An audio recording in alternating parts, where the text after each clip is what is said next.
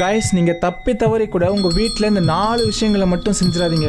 அப்படி செஞ்சீங்கன்னா உங்கள் வீட்டில் உள்ள ஒட்டுமொத்த பாசிட்டிவ் எனர்ஜியும் ஓடி போகும். அந்த 4 விஷயங்கள் என்னென்னங்கிறத தெளிவாக சொல்கிறேன். பட் அதுக்கு முன்னாடி நம்ம சேனலை யாராச்சும் சப்ஸ்கிரைப் பண்ணாமல் இருந்தீங்கன்னா சப்ஸ்கிரைப் பண்ணிவிட்டு கவனமாக கேளுங்க. ஃபர்ஸ்ட் ஒன், உங்கள் வீட்டில் உடஞ்சி போன கண்ணாடி, கடிகாரம், பாத்திரங்கள் இதெல்லாம் உடஞ்சி கிடந்தாலும் அப்படி இல்லாட்டி விரிசல் விழுந்தாலும் அது உடனே உங்கள் வீட்டில் இருந்து அப்புறப்படுத்திடுங்க. ஏன்னா இது எல்லாமே துரதிருஷ்டவசமாக தீராத பிரச்சனைகளை இன்னும் அதிகமாக இருக்கும். செகண்ட் ஒன், உங்கள் வீட்டில் யூஸ் பண்ணாத பை, கிழிஞ்சு போன துணி, குப்பைகள் இது எல்லாத்தையுமே உங்கள் வீட்டு மூலையில் குமிச்சு வைக்கக்கூடாது.